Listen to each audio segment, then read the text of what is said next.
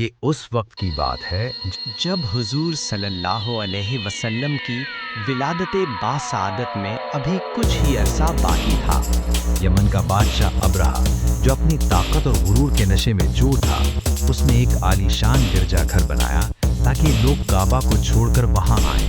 جب مکہ کے ایک شخص نے اس کے گرجا گھر کی توہین کی تو ابرہہ غیظ و غضب میں آپے سے باہر ہو گیا۔ اس نے چیخ کر کہا، میں اس پرانی عمارت کو مٹی میں ملا دوں گا۔ اس نے ایک ہولناک لشکر تیار کیا جس میں بڑے بڑے ہاتھی شامل تھے۔ ہر قدم کے ساتھ زمین کانپ رہی تھی۔ مکے کے قریب پہنچ کر اس کے سپاہیوں نے مکہ والوں کے مویشی چھین لیے، جن میں قریش کے سردار حضرت عبدالمطلب کی بھی 200 سے 400 اونٹ شامل تھے۔ جب حضرت عبدالمطلب اپنے اونٹ واپس لینے کے لیے ابرہہ کے خیمے میں پہنچے تو ابرہہ ان کے پروقار چہرے اور پیشانی پر چمکتے نور نبوت کو دیکھ کر مرعوب ہو گیا۔ وہ اپنے تخت سے اتر کر ان کے برابر بیٹھ گیا۔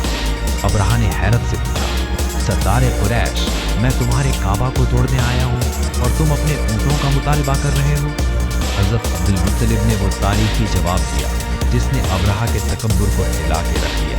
اونٹ میرے ہیں، اس لیے میں ان کا مطالبہ کر رہا ہوں۔ کعبہ میرا گھر نہیں بلکہ خدا کا گھر ہے، وہ خود اپنے گھر کی حفاظت فرما لے گا۔ حضرت عبدالمطلب کے حکم پر مکہ خالی کر دیا گیا۔ لوگ پہاڑوں کی چوٹیوں پر چلے گئے۔ مکے میں ایک عجیب سا سناٹا چھا گیا۔ حضرت عبدالمطلب نے کعبہ کے دروازے کا حلقہ تھام لیا اور انتہائی بے قراری سے دعا مانگی، اے اللہ، ہر شخص اپنے گھر کی حفاظت کرتا ہے، تو بھی اپنے گھر کی حفاظت فرما۔ اگلی صبح جیسے ہی ابرہہ نے حملے کا حکم دیا، اس کا سب سے بڑا ہاتھی محمود زمین پر بیٹھ گیا۔ اسے لوہے کی سلاخوں سے مارا گیا لیکن وہ مکے کی طرف نہ بڑھا۔ اچانک آسمان کا رنگ بدلا، سمندر کی جانب سے ابابیلوں کے جھنڈ نمودار ہوئے۔ ان کے پنجوں اور چونچوں میں چھوٹی چھوٹی کنکریاں تھیں۔ یہ کنکریاں نہیں بلکہ ایک قہر الہی تھا۔ جس سپاہی پر کنکری گرتی وہ اسے چیرتے ہوئے خاک ہو جاتی۔ دیکھتے ہی دیکھتے ابرہہ کا لشکر چبائے ہوئے بھوسے کی طرح بکھر گیا۔ اللہ نے اپنے گھر کی حفاظت فرمائی اور مکے کو اس تباہی سے بچا لیا۔ اس واقعے کے بعد ابرہہ کا لشکر مٹی میں مل چکا تھا اور مکہ کی فضاؤں میں ایک عجیب سا سکون تھا۔ اب یہ شہر اس عظیم ہستی کے انتظار میں تھا جس نے رہتی دنیا تک انسانیت کی تقدیر بدلنی تھی۔ اس نور کی امانت سردار قریش کے سب سے لاڈلے اور حسین شاہزادے حضرت عبداللہ کی پیشانی میں جلوہ کرتی۔ حضرت عبداللہ قریش کے سب سے معزز اور خوبصورت نوجوان تھے۔ ان کی پیشانی پر نور محمدی اپنی پوری شان و شوکت کے ساتھ چمکتا تھا، جس کی وجہ سے قریش کی ہر خاتون ان سے نکاح کی خواہش مند تھی۔ مگر حضرت عبدالمطلب اپنے بیٹے کے لیے ایک ایسی شریک حیات کی تلاش میں تھے جو حسن و جمال کے ساتھ ساتھ شرافت اور پاک دامنی میں بھی بے مثال ہو۔ دوسری طرف شام کے یہودی اپنی کتابوں کے ذریعے یہ جان چکے تھے کہ آخری نبی کے والد یہی نوجوان ہیں۔ حسد اور دشمنی میں اندھے ہو کر انہوں نے کئی بار حضرت عبداللہ کو شہید کرنے کی سازشیں کی۔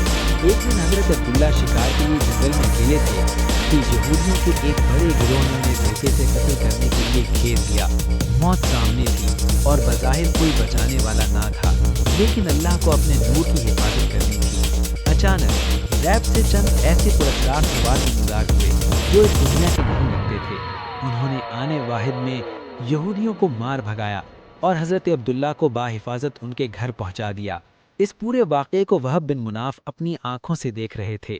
وہ حضرت عبداللہ کی یہ کرامت دیکھ کر ان کے گرویدہ ہو گئے اور فوراً ارادہ کر لیا کہ وہ اپنی نور نظر حضرت آمنہ کا نکاح اسی بابرکت نوجوان سے کریں گے۔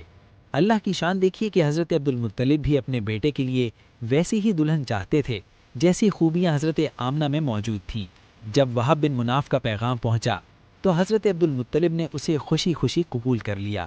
چنانچہ 24 سال کی عمر میں حضرت عبداللہ کا نکاح حضرت بی بی آمنہ سے ہوا۔ یہ وہ مبارک گھڑی تھی جب وہ نور محمدی حضرت عبداللہ سے منتقل ہو کر حضرت آمنہ کی گود کی زینت بننے والا تھا۔ دوستو، یہ تھا کعبے کی حفاظت اور نور محمدی صلی اللہ علیہ وآلہ وسلم کی منتقلی کا وہ ایمان افروز واقعہ جس نے تاریخ کا دھارا بدل دیا۔ اللہ ہمیں اپنے نبی صلی اللہ علیہ وآلہ وسلم کی سیرت سے سچی محبت اور ہدایت نصیب فرمائے۔